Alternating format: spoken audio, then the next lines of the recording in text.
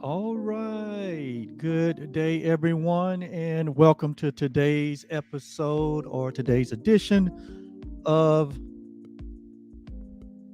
Truly Foundation and A Course in Miracles. Today, we're going to be looking at workbook lesson 205 in our journey through the 365 workbook lessons. And we are in a 20-day review uh, period in which we are reviewing the last 20 workbook lessons since our last review session. And today we are on review lesson number 205. If you're following along with us in the book A Course in Miracles. And this is actually a review of lesson 185. And so I'm so delighted to be your guide today, your host, your temporary coach. I'm delighted to be with you, to be your friend. It gives me great pleasure to be able to share that which we have received by the abundance of grace and the gift of righteousness, which has been given to all living things. The source of who we are and what we are, the essence and the nature of who we are and what we are, is a shared essence and a shared nature that comes from the one source that we call Creator, or we call the Absolute, that we call reality, that we call love. And we are happy and super grateful today that that which is true always, and is unchangeable and unaltered. Who we are as a shared being with a shared interest, with the one reality that exists, with the cause of everything.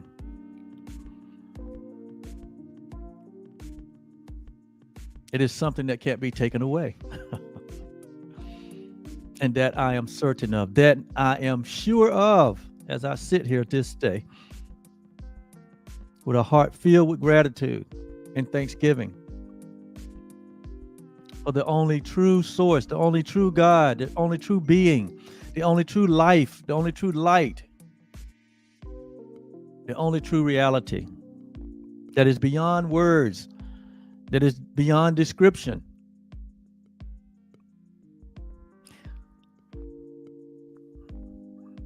There's one Eastern path called the Tao, or the Tao Te Ching.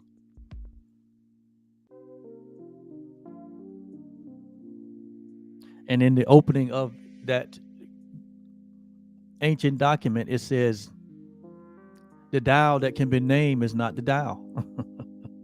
Because as soon as you put a name on it, it limits it. What we're dealing with here is the unlimited one. What we're dealing with here in time and space is a timeless and formless one. What we have elevated our minds to is beyond what has been made. And we have seen in many holy instances up until now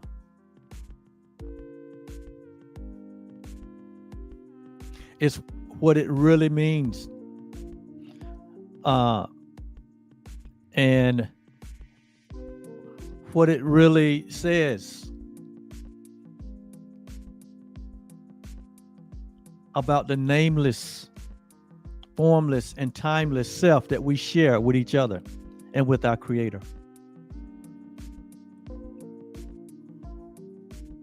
And so, today we look into but another workbook lesson, 205. We take but another giant step. We revisit one of the greatest ideas that is shared with us in this wonderful document we call the Course in Miracles. This is a God idea. And so we're going to begin with our foundational idea that we are using in each one of these 20 review lessons as a foundation. So important that we understand this reality about ourselves. And it goes like this. It says, I am not a body. I am free. So the implication is to be body identification. Is to be imprisoned. To see ourselves just as form in the form of a human body is to see ourselves imprisoned to the limitation of the body. So we have to lay down that idea that we are a body, and that body is what identifies us in terms of who we ultimately are. Yes, there is an identification to distinguish one body from another, but it is not an identification of what is the essence or the nature or the true meaning of that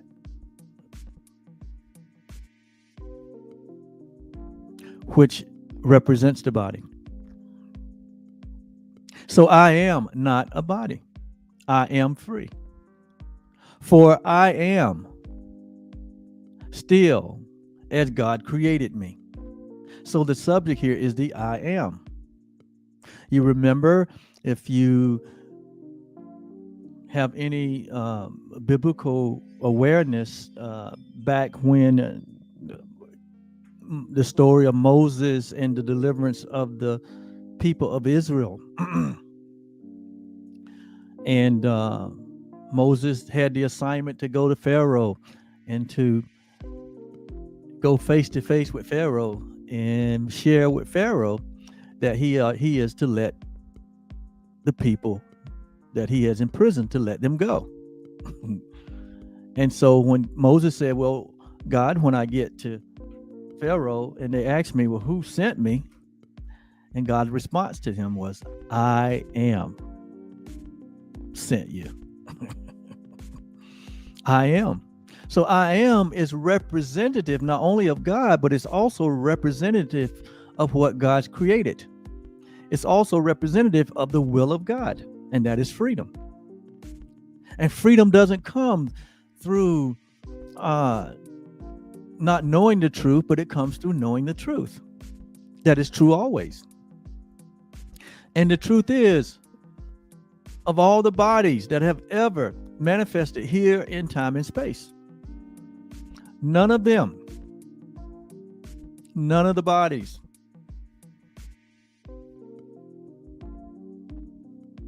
are eternal. They all come and they left.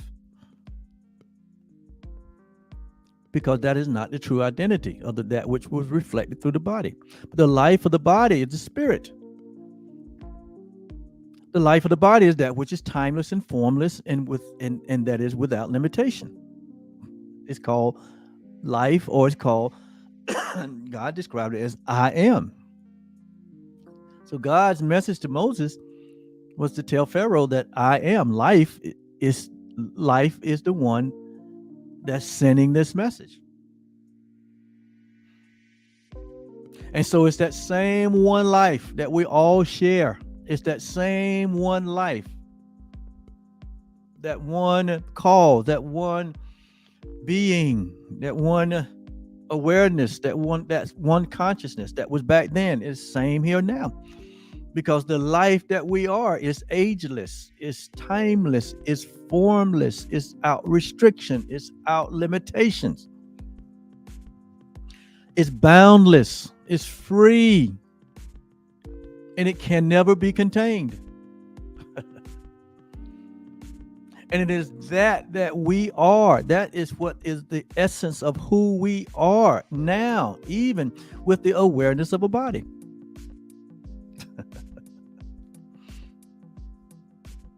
The body only serves a temporary purpose. And that temporary purpose is only defined by that which is permanent.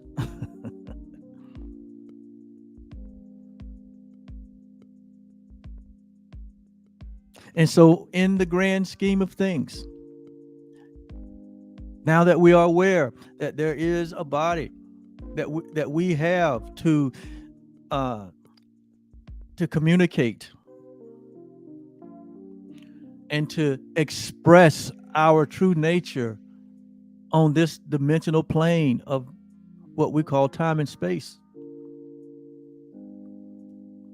we understand the purpose for the body. And it's not who we are or what we are, but it is the vehicle given to us by which we can express ourselves, our true essence, and our true nature, which is totally beyond what the body can contain. And so I am not a body, and neither are you, and neither is anyone else. But I am is free. Who we really are is freedom. And who we really are, the I am still, is as its creator created it. Innocent, whole and complete, righteous, eternal, without beginning, without end, without birth, without death.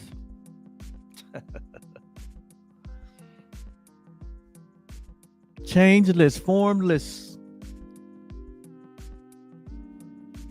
It is everything that God and everything that love creates. Only God and love creates reality. That is who we are. We merely are as we've always been. As it was in the beginning, is now, and forever shall be. So everything is in the now.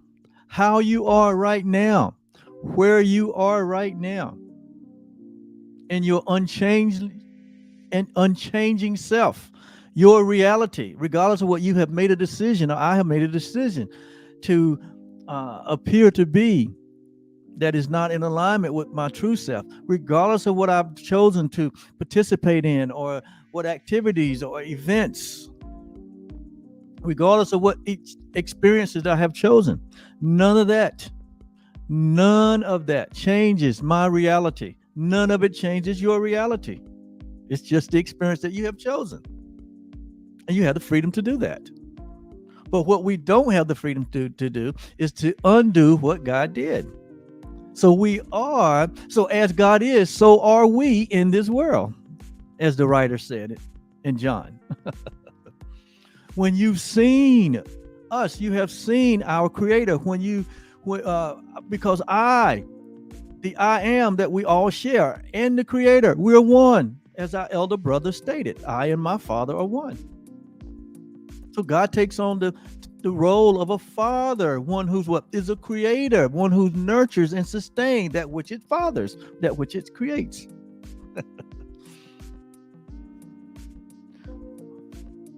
And so we all remain. We all are still the holy, innocent ones, everyone without exception. You may think in your own mind that there are those that are undeserving, those that have no possibility of remaining as they were created as love, because they don't associate with that in their personal life. But that's a choice that they're making.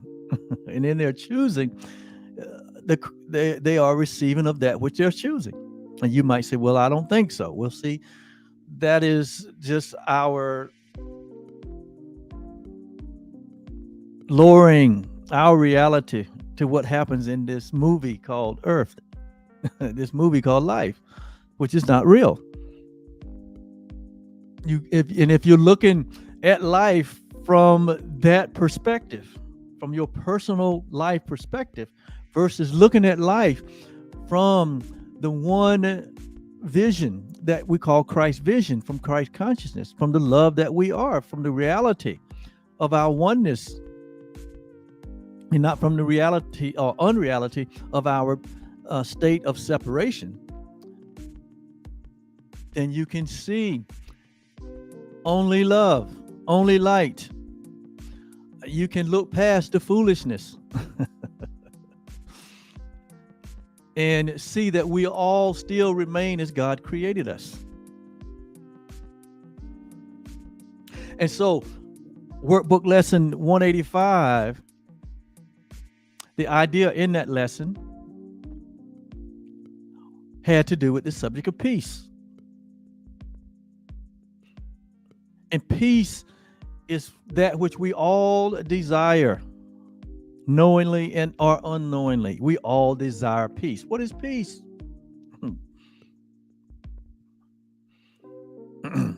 There is no peace if there's no equality.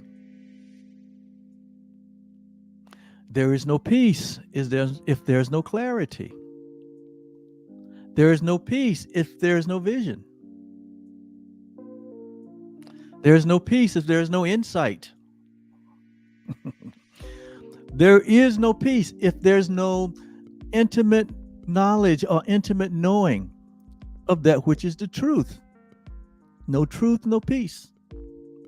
There is no peace where there is the belief in separation.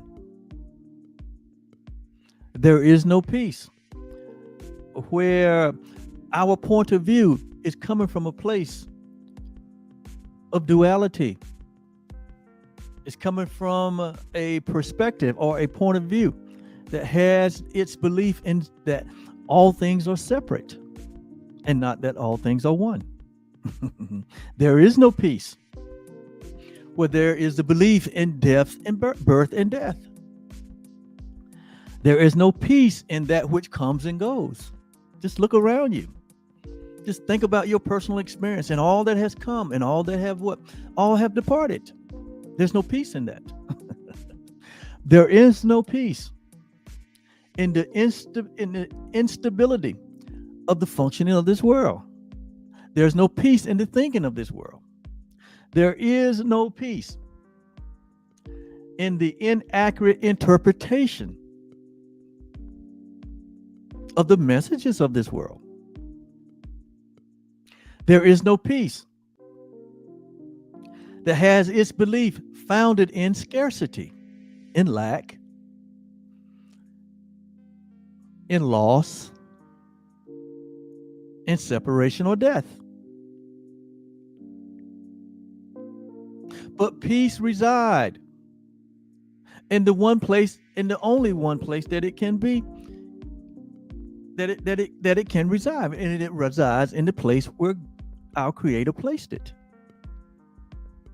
It resides in you and me. It resides in the one self that we share with our Creator. And so, in this life, this personal journey that we're on called life, where there seems to be a search for peace, it can never be found outside of us, outside of you, outside of me. Peace is where God placed it. And so we all want the peace of God. We really do. But there's some things we need to examine. It says the peace of God is everything that I want. The peace of God is my one goal. The aim of all my living here in this realm. Peace is the aim. It is the end that I seek. My purpose and my function and my life. Say that again. It says that peace is my purpose or our purpose. Peace is our function and it is our life. While we abide where I am, not at home. Where there is a belief that we have separated from our Creator. And in that belief, we have become these individuated selves with an individuated personal identity that is related to the body, where we have become these separate identities that are separate, that have individual will and individual interests that is not shared.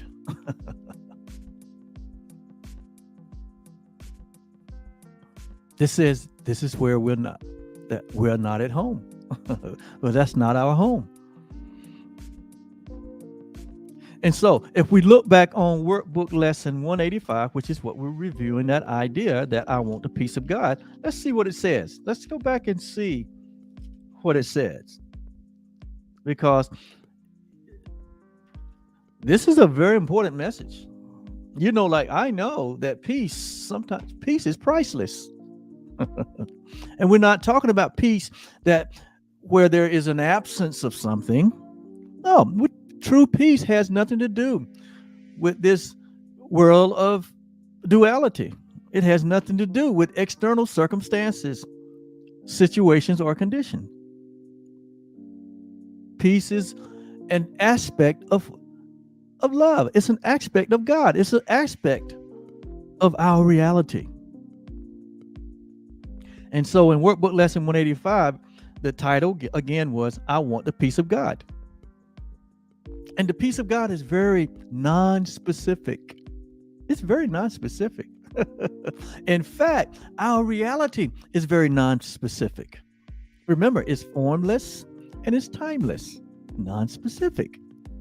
Time is very specific. 1 o'clock, 2 o'clock, 3 o'clock, rock. Form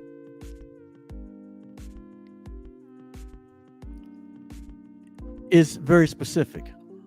It can be measured. It can be altered. But what we're talking about here is that which is unmeasurable. We're talking about that which is formless. We're talking about that which is timeless. That which is non-specific.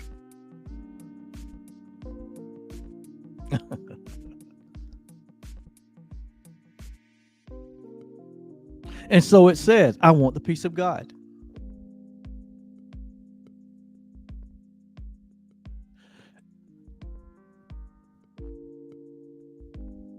To say these words, I want the peace of God, is nothing. I love the way the Course in Miracles communicate with us. You don't need an interpreter. You don't need a teacher. You don't need anything but yourself and a little willingness. You don't need to, you don't need interpretation.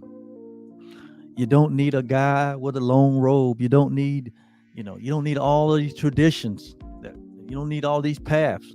You only need you. It says, to say these words is nothing.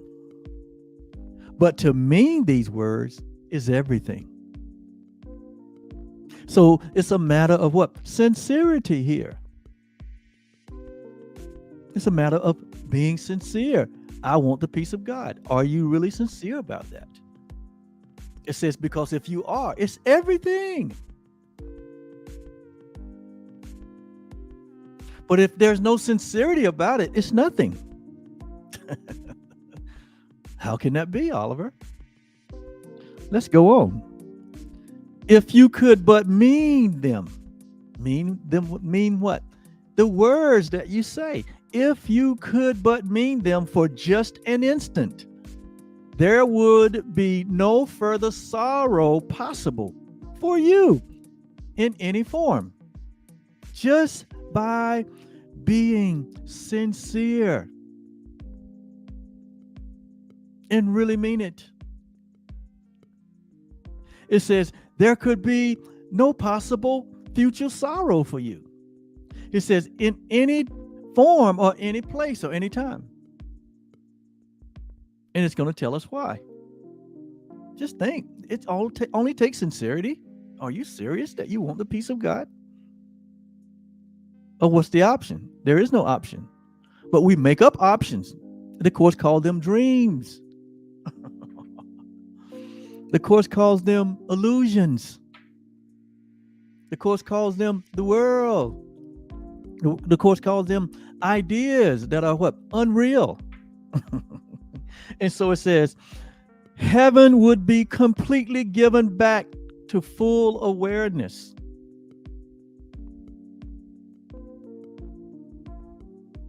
If we really mean it.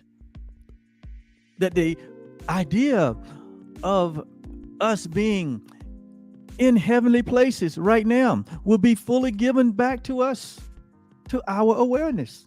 We'll become conscious of the fact that we are seated right now in heavenly places, right now. That will be brought back to your awareness in its fullness, if we really mean that we want the peace of God, because that is what the peace of God means. The peace of God is the awareness that we are standing in this moment in heavenly places, right here, right now. Why? It would also mean that the memory of God would be restored entirely to us.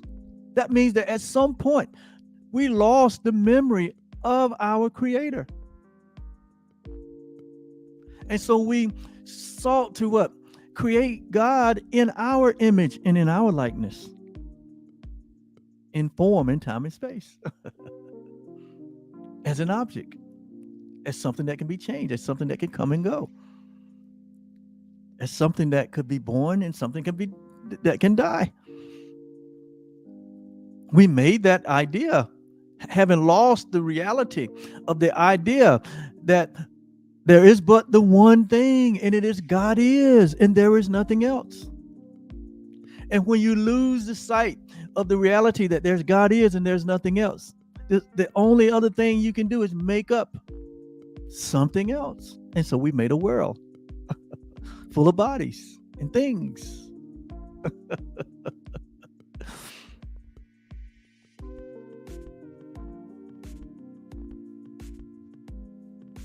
So the memory of God would be restored to us completely if we but meant these words, I want the peace of God, sincerely. And then finally it says, the resurrection or the rebirth or the reawakening of all creation will fully be recognized if we but were sincere when we said we want the peace of God. The what? The reawakening of all creation, all living things, all humanity will come into an awareness of the truth of who they are if we sincerely meant that we no longer wanted the substitute of this world for the reality of our truth. We no longer want to substitute a body identity for our reality of as one with God, as the same self as God, as having equality with God. We was willing to give that up to play the game of separation. We were willing to give up heaven and the full awareness of heaven. We was willing to give up the memory of God as well as what? The reawakening of all creation for a little playtime. And believing that we are something that we're not. We were willing to give up love for the experience of hate. We were willing to give up peace for the experience of sadness and hatred. We were, but that can only happen in dreams because we cannot change what God created. Remember, it says, for I remain, or for I am still as God created me, and so are you. And so humanity fell into a trance. Humanity fell into a dream of hallucinating and of fantasizing, being separate not only from each other, but being separate from our Creator. And so we made a whole world based on that separation. And we've seen the history of that world with all of its anguish, all of its suffering, with all of its devastation. That's where it came from.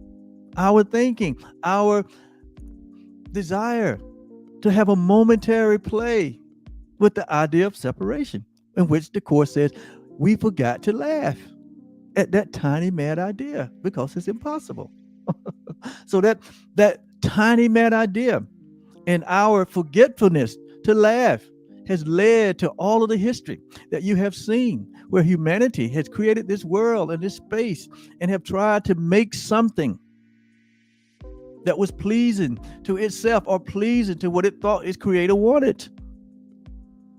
And all of it fell way short of who we really are, way short of the glory, way short of the reality of what God has already placed in us. There is no other place. There is no place we can build that is eternal. There is no place that we can build or make that has all that it is needed to sustain us throughout all eternity. That which sustains us throughout all eternity cannot be made with hands or man's idea.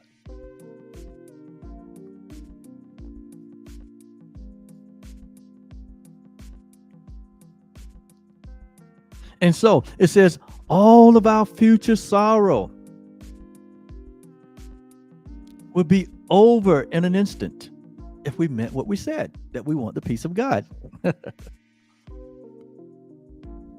It says, no one can mean these words and not be healed. Notice what it says here now. I'm just saying what the Course says. It's not all of our words. It says, no one can mean these words and not be healed. Healing comes in the peace of God. We're not talking just about body healing, but we're talking about the healing of the mind, which is what really needs to be healed. The body is neutral. What needs healing is this belief system that we have adopted as the truth and as a substitute to the reality of the light and the truth and the love that we all share. That's what needs to be healed. And it says, no one can mean that they really want the peace of God and not be healed. He says, we cannot play with dreams, nor think that we are ourselves a dream. It says, we cannot make a hell and think that it is real. It says, we want the peace of God, and it is given to us. For that is all that we want, and that is all that we will receive in our sincerity. Many have said these words, I want the peace of God. Many, all, for the most part, I want the peace of God. But few indeed have meant them. Few. Why? Because we were still in love with what we made in this world. It says, what we made of ourselves. It says, but few indeed have meant it. I meant these words. You have but to look upon the world you see around you to be sure how very few they are. You see the chaos in the world. You see the chaos in your own life. All of us have some degree of it if you're still here. Because to be still here is to have still somewhat place some value in this world. Otherwise, we will pack up and go home. It says, but few indeed have meant them. You have but to look upon the world you see around you to be sure how very few they are. The world will be completely changed. It would be completely changed should any two agree that these words express the only thing that they want. Just by two. Jesus said it this way: where two or three are gathered in my essence, in my nature, with a single purpose. He said, there am I in the midst. The am I represents not the bodily personal life of Jesus Christ, but it represents the one will of God. So where two agree on the will of God, there I am. And what is the will of God? The peace that passes all understanding, which is a part of your very own nature. That is God's will. It says, two minds with one intent become so strong that they will become the will of God. For minds can only join in truth and not in dreams. The only thing that can happen in dream, it says, is compromise. Yet compromise alone a dream can bring. Sometimes it takes the form of union, but only the form. The meaning must escape the dream, for compromising is the goal of dreaming. Minds cannot unite in dreams. They merely bargain in dreams. And what bargain can give them? The peace of God. The peace of God cannot be bargained. It says, illusions come to take the place. And what he means is lost to sleeping minds intent on compromise, each to his gain and to another's loss. There is no loss in the kingdom. There is no loss in heaven. There is no loss in reality. So to mean you want the peace of God is to renounce all dreams. For no one means these words who wants illusions, and who therefore seek the means which brings illusions. He has looked on them and found them wanting. Now he seeks to go beyond them, recognizing that another dream would offer nothing more than all the other dreams, because they're all the same. Dreams are one to him, and he has learned their only difference is one in form, for one will bring the same despair and misery as do the rest. So the mind, which means that all it wants is peace, must join with other minds. For that is how the peace of God is obtained or recognized. It's recognized through the joining, the uniting, not the separation. And when all humanity would join and unite in the oneness that they are, therein lies the peace of God. It's in our joining. It's not in separation. It's in our acceptation of the oneness that we share, the life that we share, the love that we share, the eternalness that we all share.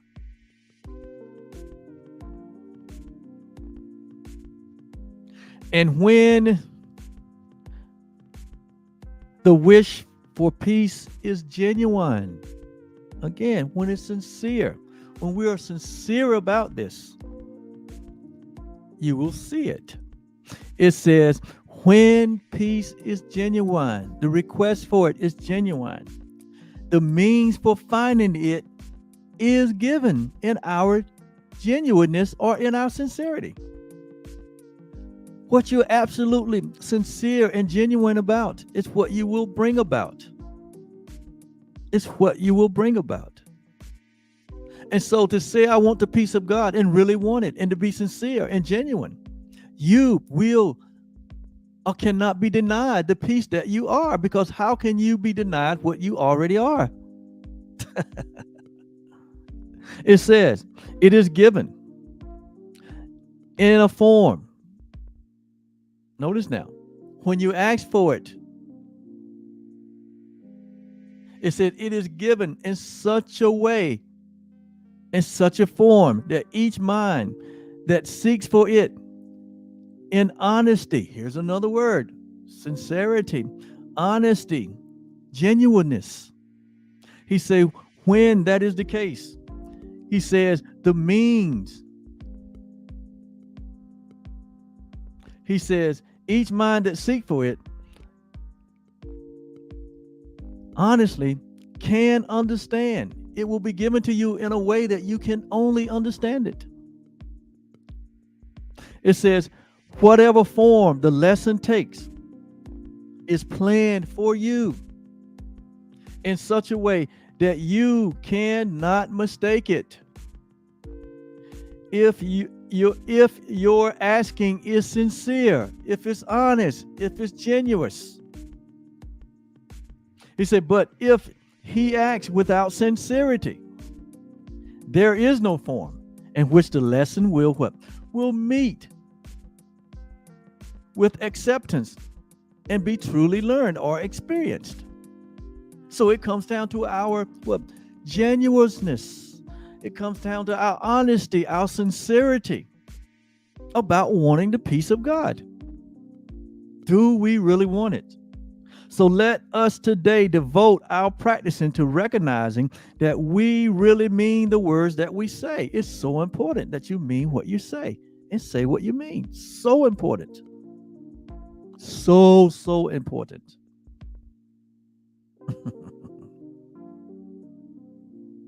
This is the choice that we make. No compromise in the peace of God. Because there is no compromise in peace. There's no compromise in dreams. There's only compromise in dreams. There's no compromise in sincerity. It says you want the peace of God. And so do all who seem to seek for dreams. For them, as well as for yourself, you ask but this when you make the request with deep sincerity. So here it's saying that it is everyone's desire to experience God's peace in their experience here. For thus you reach to what they really want and join your own intent with what they seek above all things, perhaps unknown to them, but sure to you. You have been weak at times, uncertain in your purpose, and unsure of what you wanted, where to look for it, and where to turn to for help in the attempt. Help has been given you, and would you not avail yourself of it by sharing it? So to want the peace of God is not to want it for yourself, it's to know it's for everyone and to share it. All truth, all reality is to be shared. Why? Because it is the essential essence in the nature of God. It's the nature of our true self, is to share.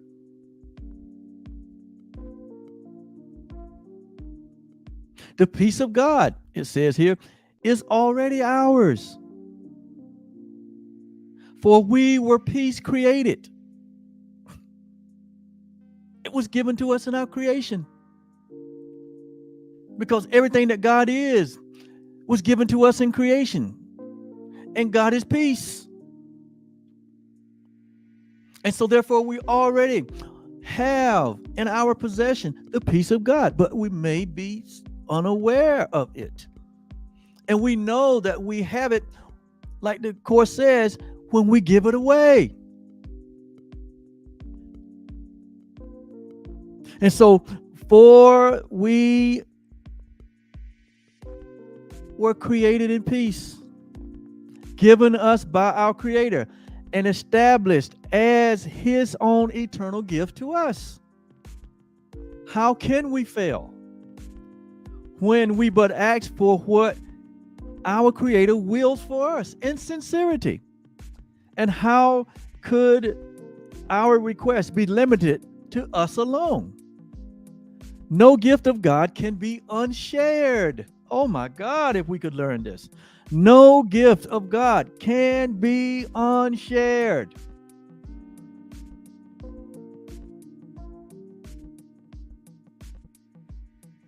None. Every good and perfect gift comes from above. And if it's a good and perfect gift, it must be shared. because it's God. God is all about the one, and we share in the one.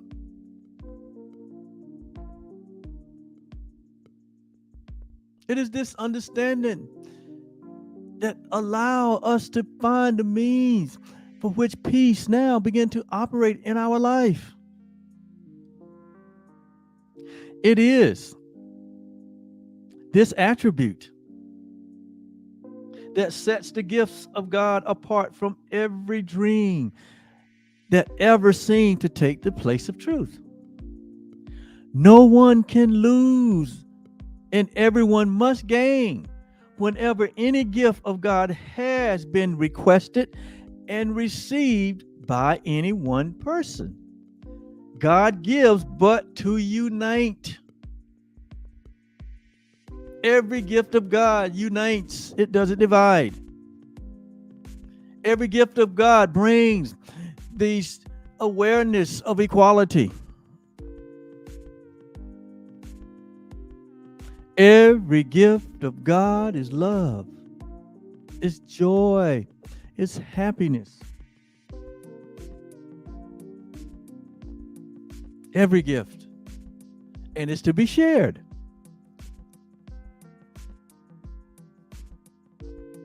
To take away, to take from another is meaningless to God. To take from anyone is meaningless. And we hear it said sometime in these religious communities that God giveth and that God taketh away. Blessed be the name of God. That's how left field we can get. That's how upside down we can get.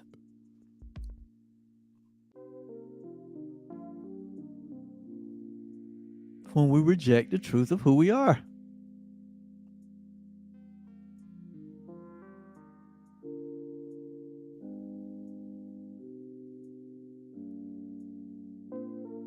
And we will also know that we share one will with all our brothers who have the same intention.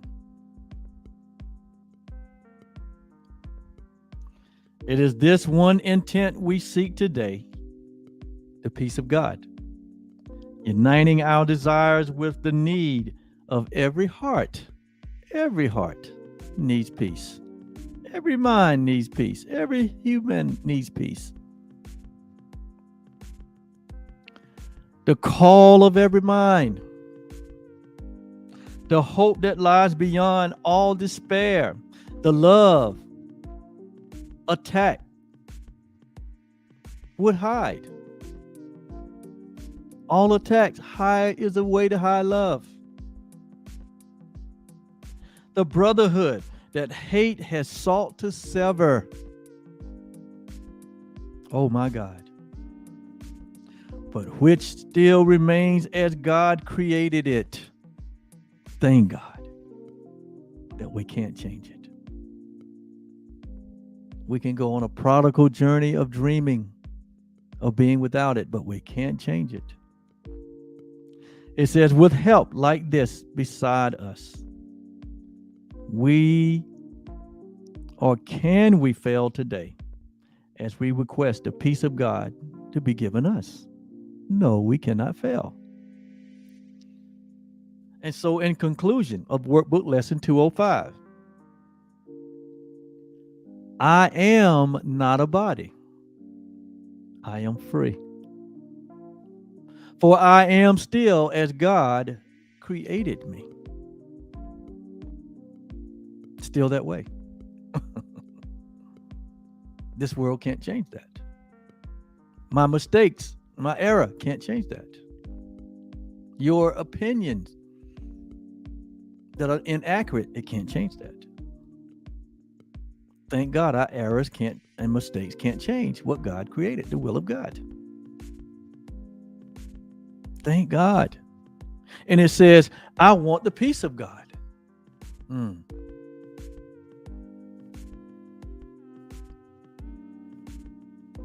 I want the peace of God, and I want it in all sincerity, in all honesty,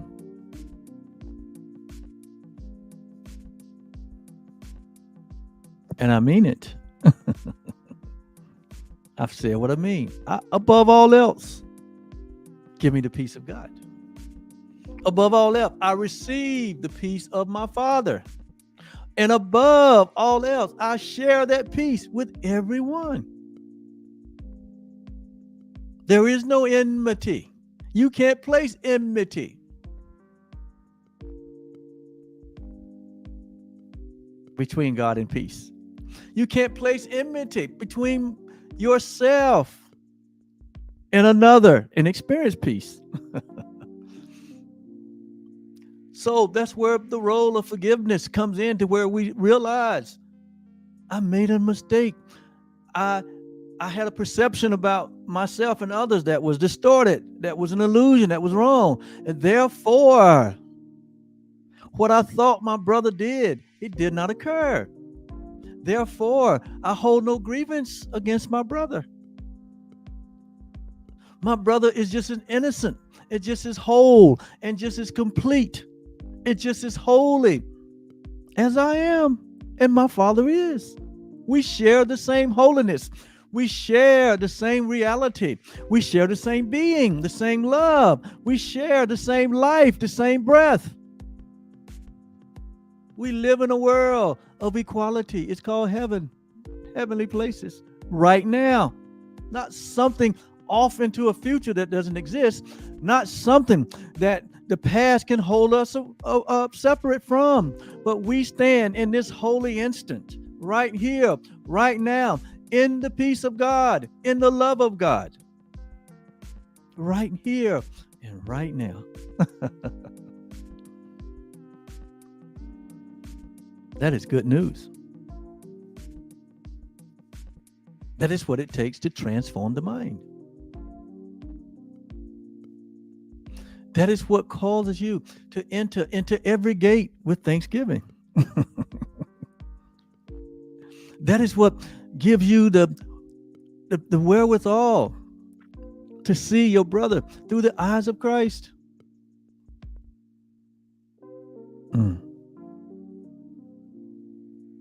And so the peace of God is everything I want.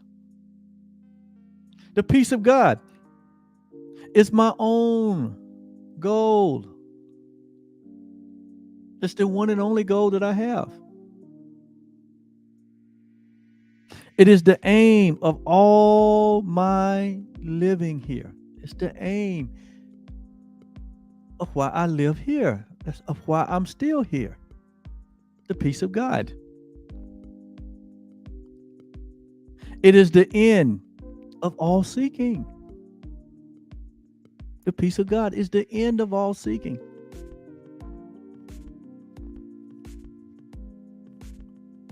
It is my purpose. It is my function. It is my life. While I abide where I am, not at home. And that's just a reference to us still having access to the unawakened, the uninformed, those who still believe that they are a body and that they are imprisoned. They are imprisoned by the limitations of their bodies. And so I remain here. All of the awakened, we remain here. Why? Because it is part of our function, our purpose.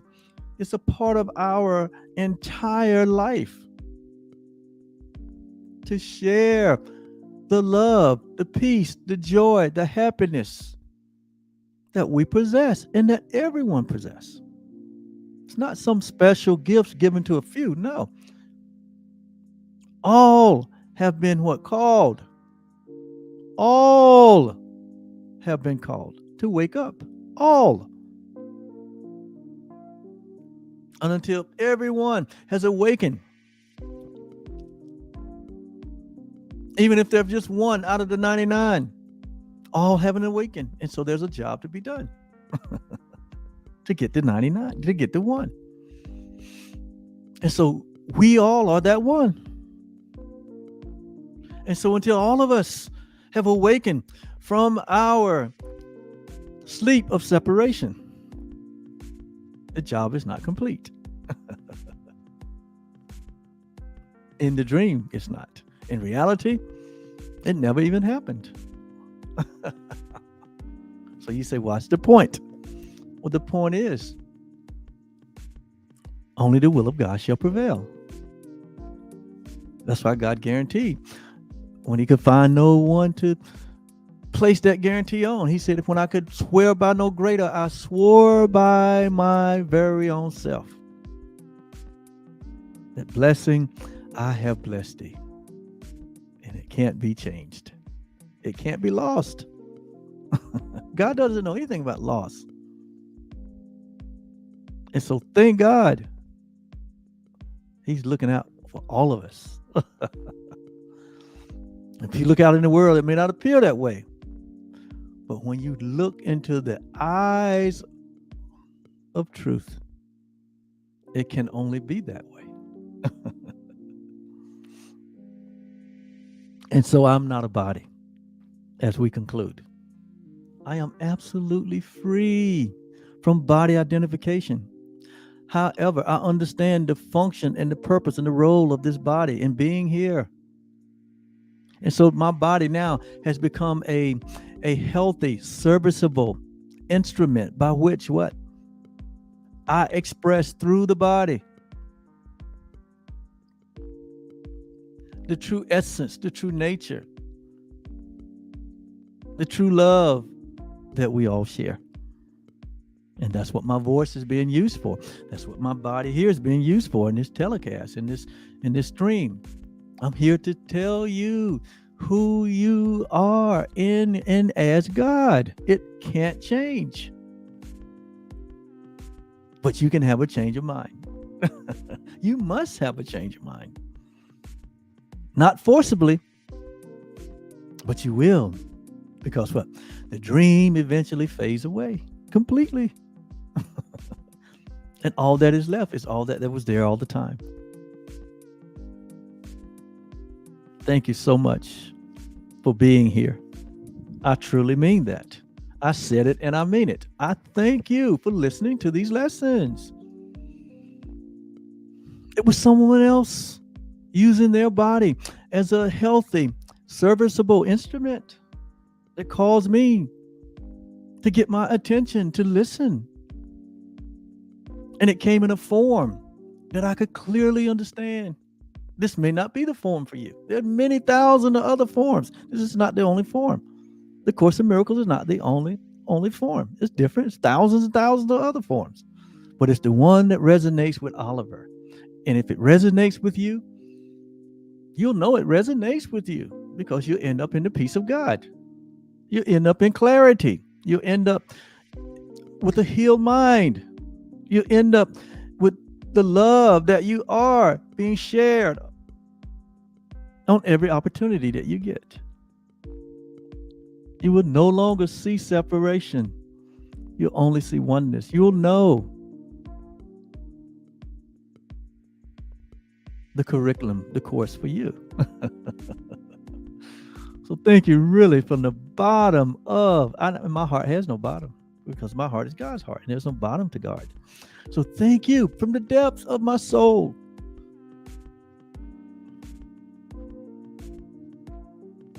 For saying that you desire the peace of God and sincerely and honestly and genuinely mean it.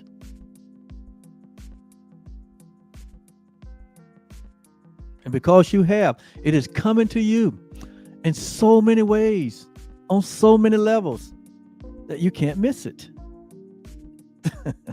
You can't miss it. You cannot miss what you are. You can only miss what you're not.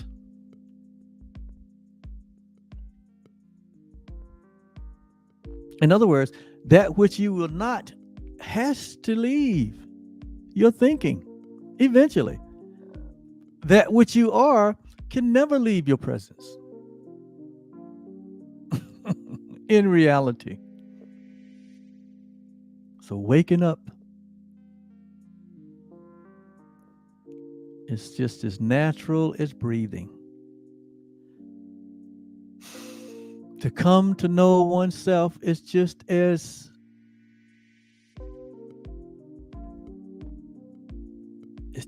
easy as 1, 2, 3.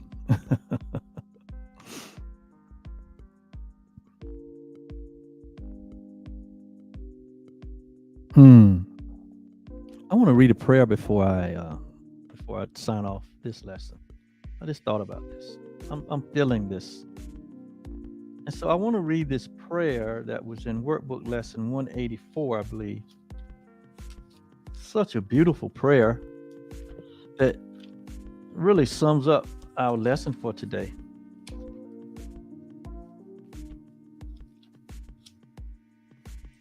It's in Workbook Lesson 184, I believe. It's the very last paragraph in 184, if I'm not correct. If you got the book. Yes, it's in Workbook Lesson 184, which is the lesson we did on yesterday. But there's a prayer at the end of this workbook lesson I like for us to close out today with. I think it tells it all. And it goes like this.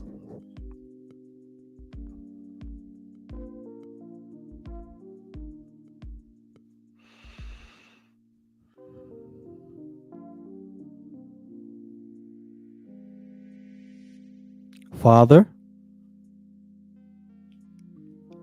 our name is yours.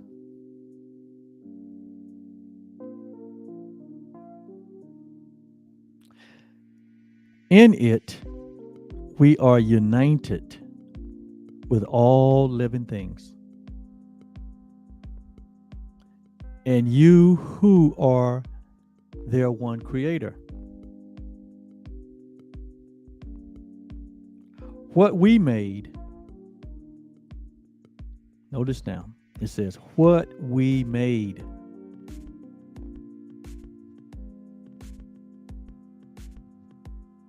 And called by many different names is but a shadow we have tried to cast over your own reality.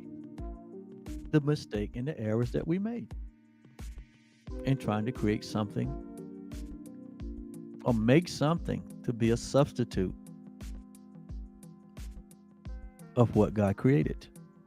We all made that mistake or created that error. But mistakes can be corrected. Errors can be corrected. And we are glad and thankful that we were wrong. I'm so thankful and I'm so glad that I was wrong, thinking that myself was a body, thinking that the body that I thought was who I was, that it wasn't true. Thinking the guilt, thinking the sin consciousness and the fear was my reality. It was not true. And I'm glad and I'm thankful that I was wrong. Thinking that we were separate. Thinking that God was something separate and apart from me. I'm glad I was wrong. Thinking and believing in scarcity and loss and birth and death. I'm glad I was wrong.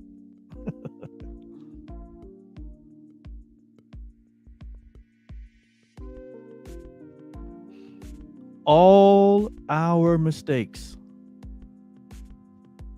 we give to you. All of them. All of our illusions we give to you. That means I don't have them anymore. All my self-deceptions, I give to you.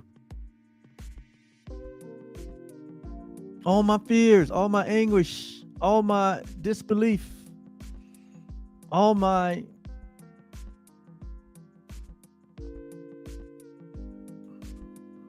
that I made, all that I made, I give to you.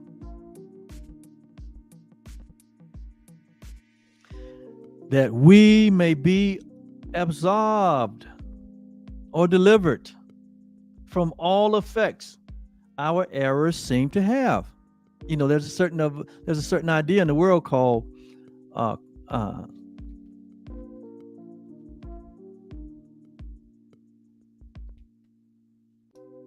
karma. That's the word the world uses. Karma. Karma. Karma means that if you made a mistake, you can't you can't avoid the consequences. Well, that's not true in reality.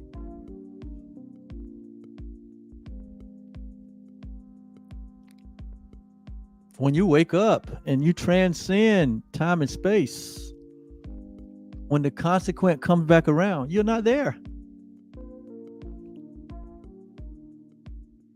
You're not there. Why? You've transcended. You're in a place of love. You're in a place of peace and joy. You and God. And you realize you're not of this world. So all of the mistakes and errors that you made in the past, and if you have a belief that you must suffer consequences for those, that's not necessarily true. Because when the karma come back around, you're not where you were when you made the error. You're thinking differently. You have transcended hatred. You become what? The place of love.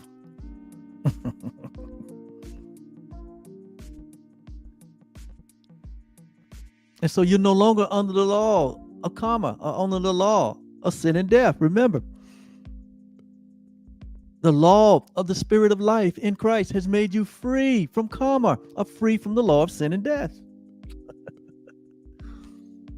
I know that's not taught in many religious communities, but it's true. Right here it says that it's true. It's no longer you who made the mistake that liveth, but it's the I am that liveth. And I am cannot be punished, cannot be destroyed, cannot be attacked. Who you really are can't be. And so there's no karma that can affect the resurrected mind. There's no karma that can affect the reality of who we are as whole, complete, and innocent.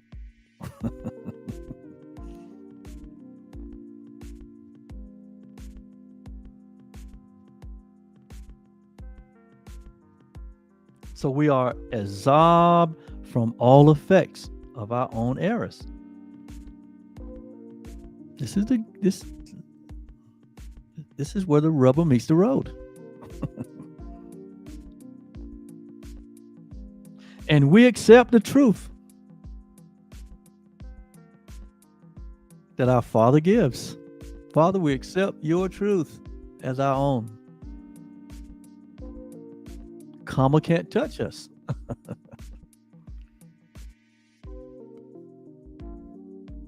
Only love can touch us.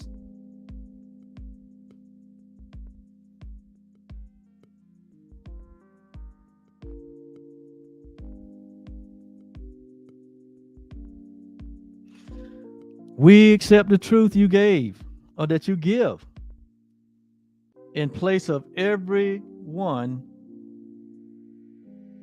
of our errors, of our mistakes. Your name, or your essence, or your nature, Father, or the nature of our Father, is our salvation and escape from what we made. There you go, right there. That's your way of escape from every mistake and every error that you ever thought you made. It is the essence and the nature of your Father. That is your salvation. That's your escape.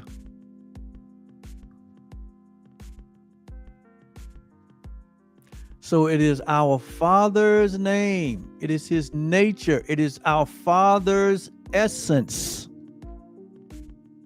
It's our Father's reality. Not the body mine reality, but our Father's reality of timeless and formless. That is the reality in which we all share in this holy instant moment right now. I don't only speak it for me, but I speak it for all humanity, none excluded.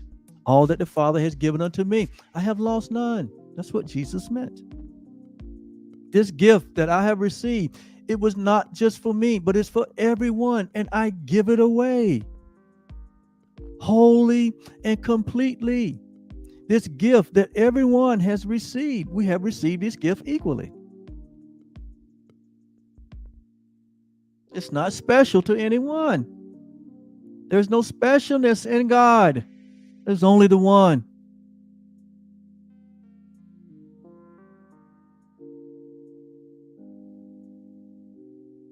It says, your name is our salvation and escape from what we made. Your name, your essence, your nature, your reality unites us in the oneness. Oh my God. Get this. It is our unity in oneness that is the substance and the evidence of the thing that we hope for. We are already that.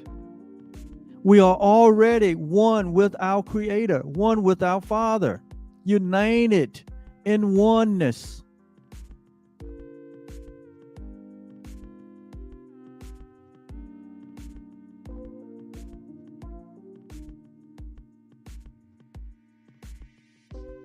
Which is our inheritance. Which is our inheritance.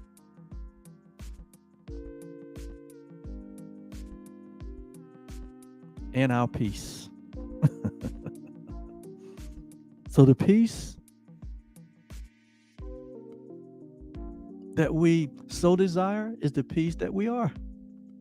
The peace that seems elusive is the peace that is stable. It's always been where God placed it, and that is you.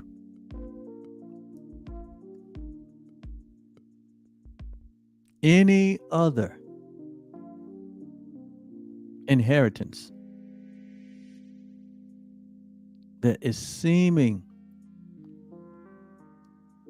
to be a substitute for what God gave, it's only in dreams.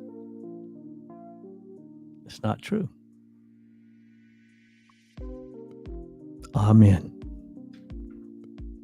Thank you so much. We're going to see you again on tomorrow when we move one notch further up the ladder of awareness. Until then, be serious, be honest, be genuine. You only want the peace of God, and you have it now. So enjoy it. Share it. That's how you know it's yours, when you share it. Thank you. Bye-bye.